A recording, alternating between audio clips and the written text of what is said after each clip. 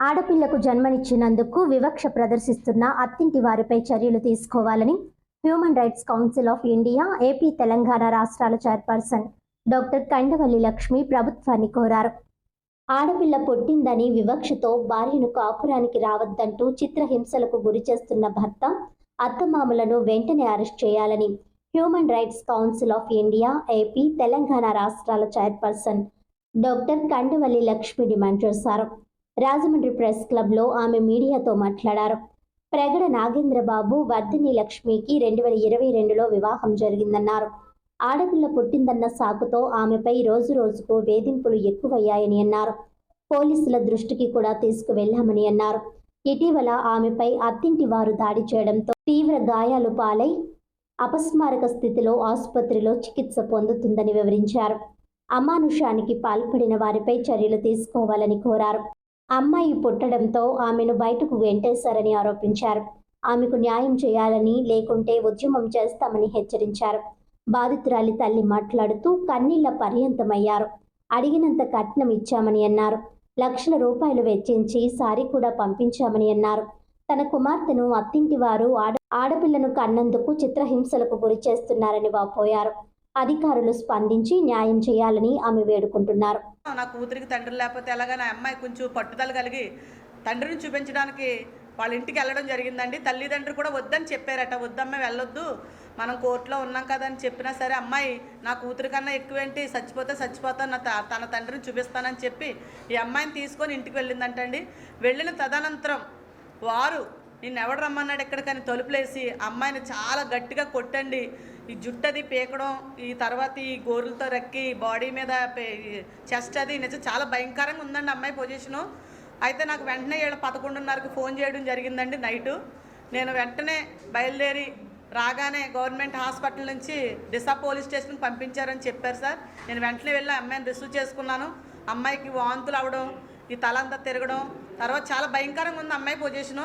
కానీ నేను చెప్పేది ఏంటంటే, ఒక అమ్మాయి జీవితాన్ని నాశనం చేయొద్దని ముందర ఎవరైతే వివాహం చేసుకుంటున్నారో వాళ్ళకి హెచ్చరిస్తున్నానండి. కుర్రోడు స్థిరం లేకపోతే ఇటు రావడానికి ముందు కారణం ఏంటంటే వీళ్ళ పరుగుగల కుటుంబం. ఇప్పటి వరకు రోడ్డును పడకూడదని ఆలోచించే పెద్దల్లో సక్కి పట్టడానికే వారు మానవతా దృక్పథంతో, ఓర్పు సహనంతో సాగారు. కానీ వారు వీళ్ళ మానవత్వాన్ని తప్పుగా భావించుకొని వాళ్ళ ఓర్పు సహనాన్ని చూసి ఇంకా రెచ్చిపోయి అమ్మాయిని మానసికంగా ఇబ్బందులు గురి చేసి చావు బ్రతుకుల మధ్య ఈరోజు గవర్నమెంట్ పెద్ద హాస్పిటల్ ఉందండి. పిడిసి వస్తుంది అమ్మాయికి, చాలా భయంకరంగా ఉంది. ఆ అమ్మాయిని అలా కొట్టడం మంచిది కాదు. అలాగే వీరి పక్షాన నిలబడి న్యాయ పోరాటానికి ముందుకు రావడం జరిగింది. చట్టపరంగా వారికి, ఈ కుటుంబానికి న్యాయం జరగాలి. ఇంకొక అమ్మాయికి ఇలా జరగకూడదు. అలాగే మళ్ళీ తను చేసిన మిస్టేక్ ఏంటంటే ఆ అమ్మాయి సెల్ ఫోన్ వాడదండి. ఆ అమ్మాయికి ఒక సెల్ ఫోన్ ఇచ్చి ఇన్స్టాగ్రామ్ అనే కొత్తదే ఒక పాత అకౌంట్ ఎవరిదో ప్రైవేట్ అకౌంట్ క్రియేట్ చేసి ఆ ప్రైవేట్ అకౌంట్లో హాయ్ అని పెట్టాడటండి. తనకు తనే భర్త నీకు ఎవరో హాయ్ అని పెట్టాడని తప్పుడుగా చిత్రీకరించి ఆ అమ్మాయిని ఇంకా మానసికంగా ఇబ్బంది పెట్టి నీకు ఎవరో ఉన్నారని తప్పుడుగా ప్రవర్తించడం అది మంచిదిగానే హెచ్చరిస్తున్నాను. అలాగే మహిళలకు ఎక్కడ అన్యాయం తప్పకుండా నా వంతు సహాయం, కృషి కూడా ఉంటుంది. కానీ ఈ అమ్మాయికి జరిగిన అన్యాయం ఇంకొక అమ్మాయికి జరగకూడదనే ఈరోజు మీడియా మిత్రుల ద్వారా ముందుకు రావడం జరిగింది. చనిపోయాడండి. ఆ చనిపోయిన బాధలో మీ వదిన గారు లేదు చేసే అమ్మాయి నాకు చెప్పి నన్ను బతిమాలి 3 నెలలు మా ఇంటి చుట్టూ తిరిగి నన్ను బలవంతం పెట్టారండి. మా అమ్మగారు నాకు 2 ఎకరాలు ఇచ్చారండి. నాకు ఇచ్చిన కట్నం, నా కూతురికి 2 ఎకరాల కట్నం ఇచ్చి సరిపోదంటే మళ్ళీ 30 లక్షలు క్యాష్ ఇచ్చానండి. 35 కాసులు బంగారం పెట్టానండి. ఆ పిల్లడికి మణుగుడుపులో 8 కాసులు పెట్టానండి. అంతా పిల్లడి మీద ఇచ్చేసారండి. ఆడపడుచు కట్నం లేకపోయినా దగ్గర ఆడపడుచు కట్నం 5 లక్షలు తీసుకున్నారండి. మెయిన్ మా ఏపరాలకు ఇష్టం లేదండి పెళ్ళి. ఆవిడ ఎప్పుడు మా ఇంటికి రాలేదు. వాళ్ళ తమ్ముడు కూతురు మీద ఉందండి. మా అయ్యకుడు బలవంతంగా మమ్మల్ని పెళ్లి చేసేసారండి. పిల్ల చేసుకోనన్నా సరే బలవంతంగా పెళ్ళి అయిపోయి కూడా చదువుకుంది కానీ చేశారండి. చేసిన కాడి నుంచి ఆవిడ పెళ్ళైన కాడి నుంచి పాపని టార్చర్ పెడతాను 10 రోజులు కూడా తీసుకెళ్ళి అక్కడ ఉంచుకోలేదండి. మా అల్లుడు మా ఇంటికాడ ఉన్నాడండి. ఫోన్ బెట్టింగ్ ఆడుతూ ఉంటున్నాడండి ఇప్పుడు.